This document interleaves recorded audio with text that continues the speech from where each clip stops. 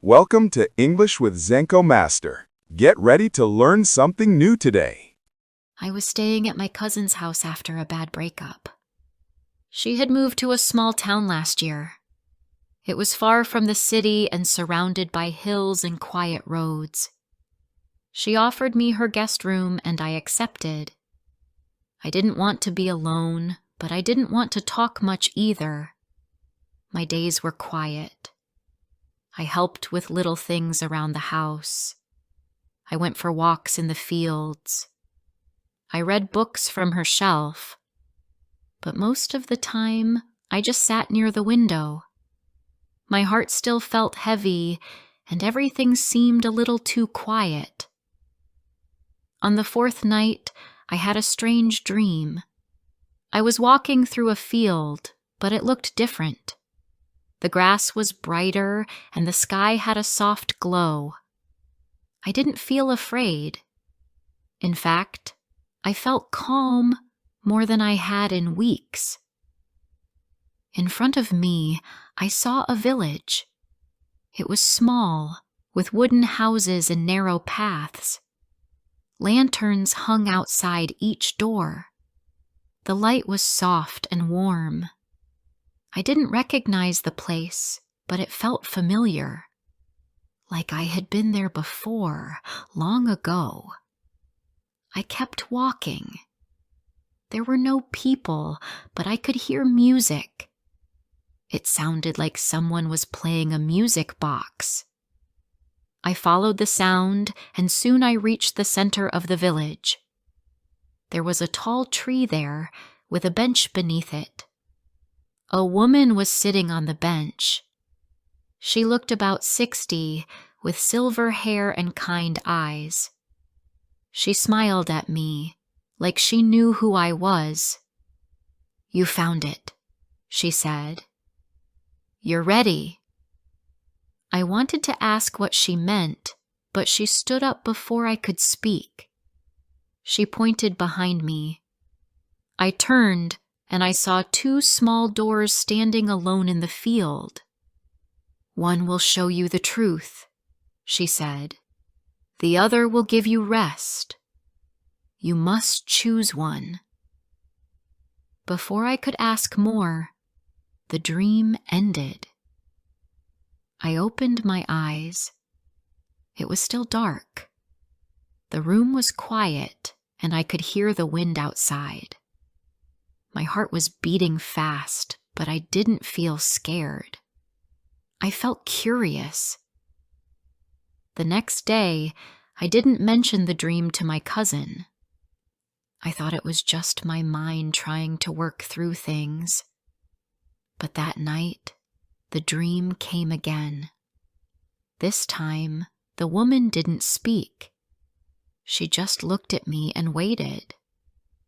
The two doors were there again, but I didn't choose. I only stared at them until the dream ended. I started to wonder if the village meant something. Maybe my mind was telling me something. Maybe it was about the choices I hadn't made yet. On the sixth night, I finally picked a door. It was the one on the left, the one I believed led to the truth. I walked through it and found myself in a room full of mirrors. Each mirror showed a memory. One mirror showed me as a child, crying because I felt ignored. Another showed my last boyfriend turning away from me. One showed me lying to my best friend because I didn't want her to know I was hurting. The room was silent, but I felt everything deeply. I turned to leave, but before I did, I saw a final mirror. In it, I was older, maybe 10 years older. I was sitting alone in a kitchen. I looked peaceful, but also lonely. I woke up feeling strange. The images stayed with me all day. I felt like I had really seen the future. Or at least, a future I didn't want. That day, my cousin noticed something was different. She asked if I was okay. I said I didn't sleep well, which was true, but I didn't tell her why. That night, I had the dream again. This time, the village looked different. There were flowers along the paths and soft music in the air. The woman smiled when she saw me. "You came back," she said. "That means something." I sat beside her on the bench. For a moment we said nothing. Then she asked, "Do you know what you're looking for?" I said no. She nodded, as if she expected that answer. Then she pointed to a book on the ground. I hadn't seen it before. It had no title, but when I opened it, I saw that every page was blank except one. On that page, there was a short message. "You can leave the pain, but not the lesson." I read it twice. Then I closed the book. When I looked up, the woman was gone again, and the dream ended. The next morning, I felt different. I didn't cry when I thought of my ex. I didn't feel empty when I looked in the mirror. Something inside me had changed, even if I didn't know exactly what. I told my cousin about the dream that day. She didn't laugh. She didn't think it was silly. In fact, she told me that something similar had happened to her once. "When I first moved here," she said, "I dreamed of a place that showed me everything I needed to see. It helped me decide what to carry and what to leave behind." Her words made me feel less alone. Maybe we all need a place like that, a place that helps us understand our own story. For the next few nights, the dream didn't return. I waited, but the village didn't appear. I started to miss it. I wanted to see the woman again. I wanted to know what came next. Then, on the 9th night, I saw the village again. But this time, it was raining. The lanterns were out, and the sky was gray. The tree in the center had no leaves. Everything felt quiet, even sad. I found the bench, but the woman wasn't there. Instead, there was a small wooden box. I opened it. Inside was a letter. It said, "You know the choice now. What will you do with it?" I didn't understand at first, but as I stood there, the dream began to fade, and something in me became clear. I had a choice, not between doors or paths, but between living in my past or starting something new. I woke up with tears on my face, not from pain, but from relief. Before I share the rest of my story, could you please tell me where you're from? It gives me strength to know there's someone out there who listens to me, who understands me. It means a lot to me. After that night, something changed in me. I still lived in the same world, in the same house with my cousin. I still drank tea in the morning and helped with small things around the house. But my thoughts had shifted. I felt like I had opened a door in my heart. Now, I couldn't close it again. I kept thinking about the letter from the dream.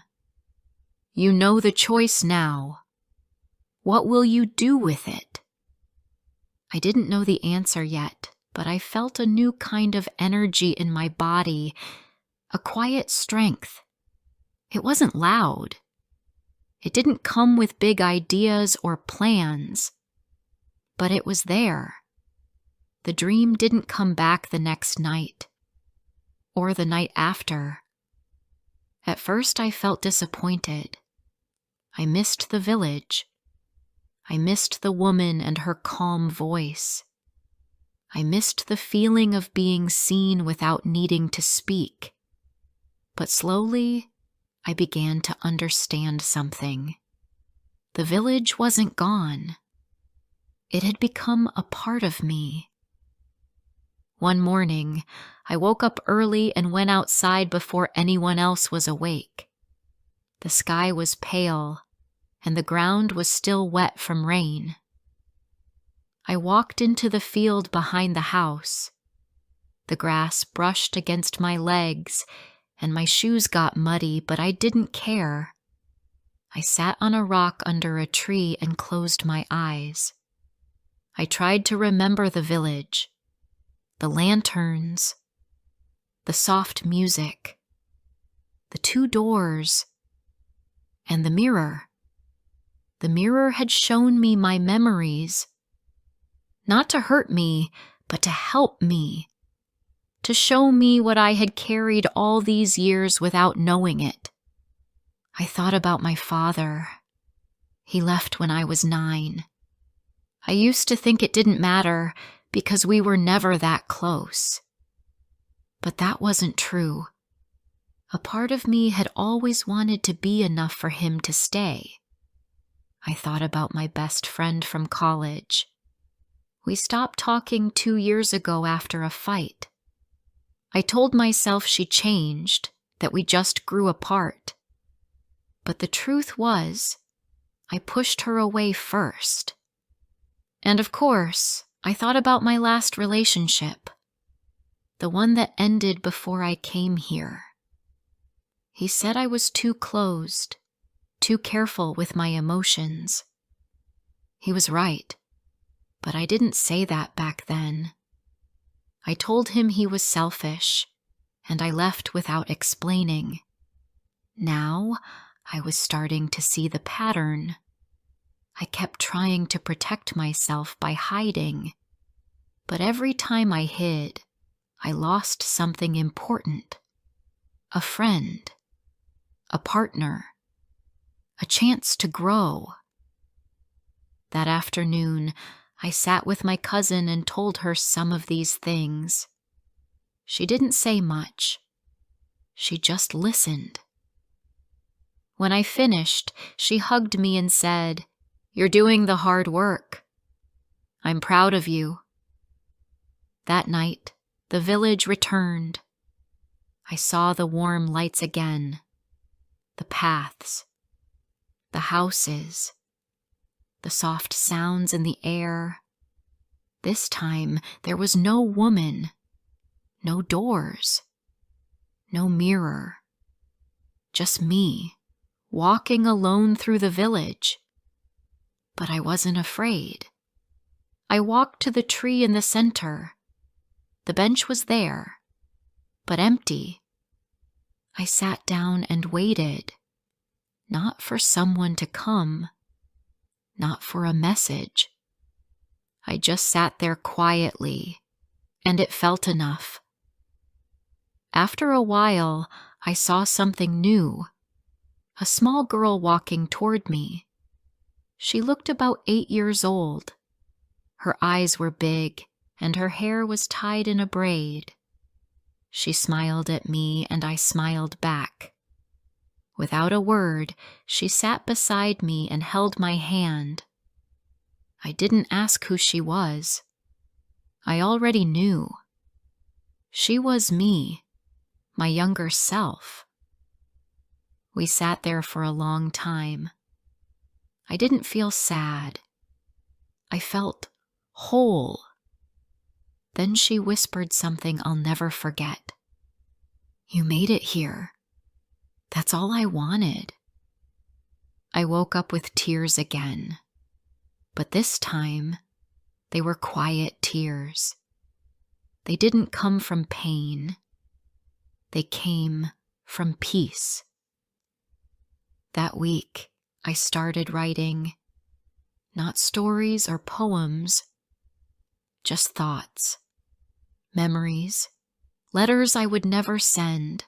I filled a small notebook in 4 days. It felt good to write things I had never said out loud. One morning, I took that notebook and walked into the forest nearby. I found a quiet spot, sat down, and read each page again. Then I closed the book and placed it inside the hollow of a tree. It was my way of letting go, not to forget, but to move forward. Later that day, I helped my cousin clean the kitchen. We laughed about something silly on the radio. It felt good to laugh. I hadn't done that in a while. At night, I no longer hoped for the dream. I didn't wait for the village to return, but sometimes it still came. In those dreams, I didn't see the woman or the girl anymore. I just walked through the village quietly. I looked into windows and saw people I loved. I saw them happy. I saw them safe. One time, I even saw myself older, stronger, living by the sea. I was not afraid of the future anymore. A few days before I was supposed to leave my cousin's house, I got a phone call. It was from my old friend, the one I had pushed away years ago. She said she had been thinking about me and wanted to check in. I felt nervous at first, but then I remembered the mirror. I remembered what I had seen and what I had learned. I told her I missed her. I said I had made mistakes. We talked for over an hour. It didn't fix everything, but it was a start. The next day, I got an email from a job I had applied to months ago. They wanted to schedule an interview. It was in another town, near the coast. Somewhere I had never been before. I thought about the dream where I lived by the sea. Maybe it meant something. Maybe not. But I smiled as I read the message. Before I left my cousin's house, I went to the field one last time. I stood near the tree where I had once imagined the bench. I closed my eyes and said thank you, not to anyone specific, just to the part of me that had waited so long to feel seen. That night, I dreamed of the village again, but something was different. The paths had changed. The houses looked newer. There were people walking and laughing. The lanterns were brighter. The village was growing, and I was part of it. After I left my cousin's house, I moved into a small flat near the coast. The job offer turned into a full-time position. It was quiet work, mostly writing and organizing. Nothing exciting, but it gave me peace. I liked the sound of the waves through my window. I liked walking to the market in the mornings. And I liked the slow rhythm of this new life. For the first time in years, I felt settled. I didn't think about the village every day, but it stayed with me. Sometimes I'd close my eyes at night and feel its presence, like a warm memory I could still visit. The dreams still came, though less often, maybe once a week. And they were softer now. In the village, people began to appear. I saw strangers planting flowers, painting houses, and playing music in the streets. The village had changed, and so had I. One night, I saw the old woman again. She was standing by the tree holding a book in her hand. I walked to her and sat on the bench beside her. "You returned," she said. "Yes," I answered. though I never really left." She smiled and gave me the book. This time, it had a title, Things I Know Now. I opened it, and every page was filled with simple lessons. Some were about love. Some were about fear. Others were about forgiveness and time. I read them slowly, nodding with every page. They were things I had learned the hard way, but they were mine now. Before I woke, the woman said one final thing. "Remember, you didn't come here to forget. You came here to remember who you are." I carried those words with me. As weeks passed, I started meeting new people in the town. I joined a reading group at the library. I took walks with a woman who lived in the flat next to mine. Her name was Lena. She had a soft voice and gentle eyes.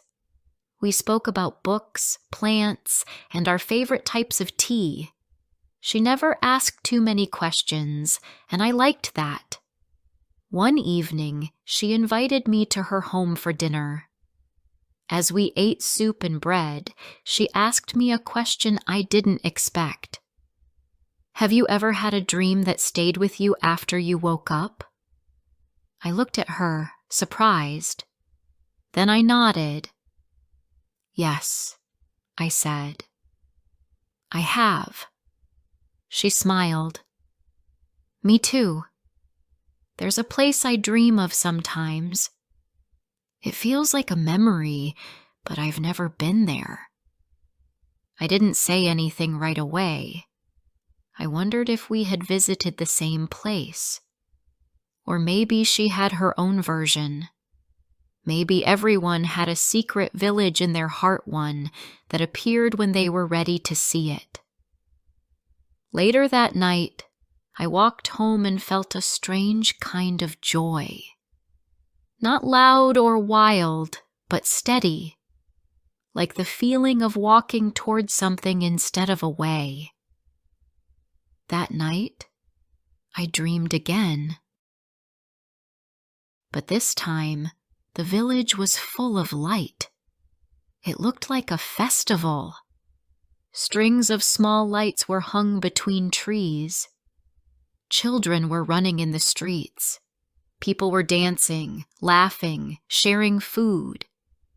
In the center, the tall tree had flowers wrapped around its trunk.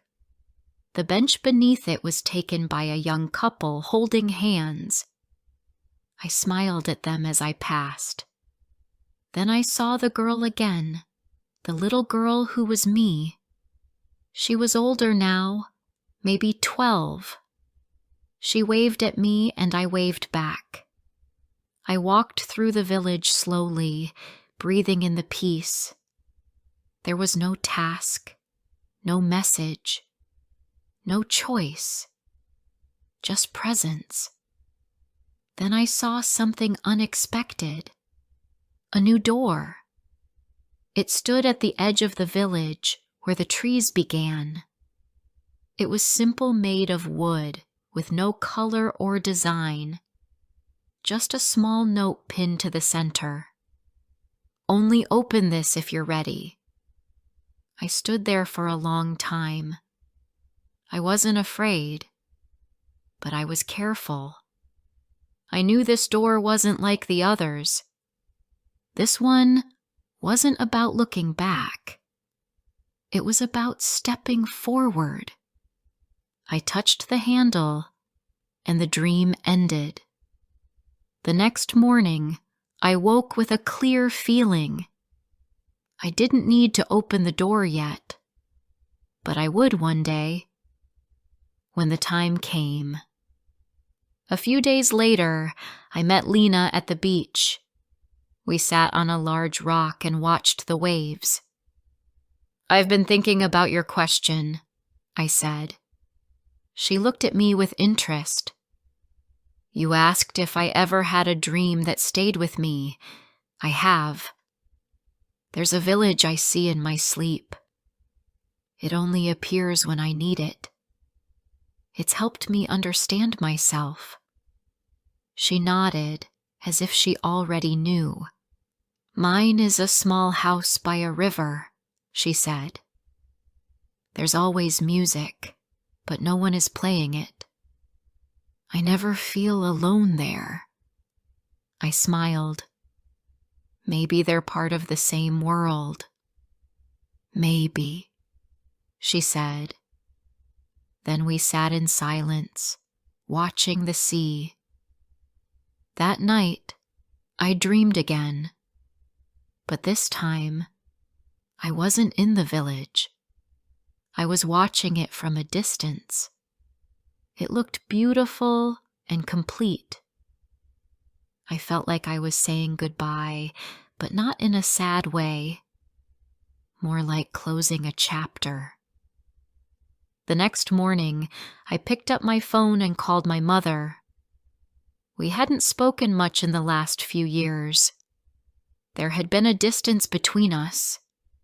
Not because of a big fight, but because of silence that grew slowly over time. She answered with a soft voice. "I've been thinking about you," she said. We talked for nearly an hour.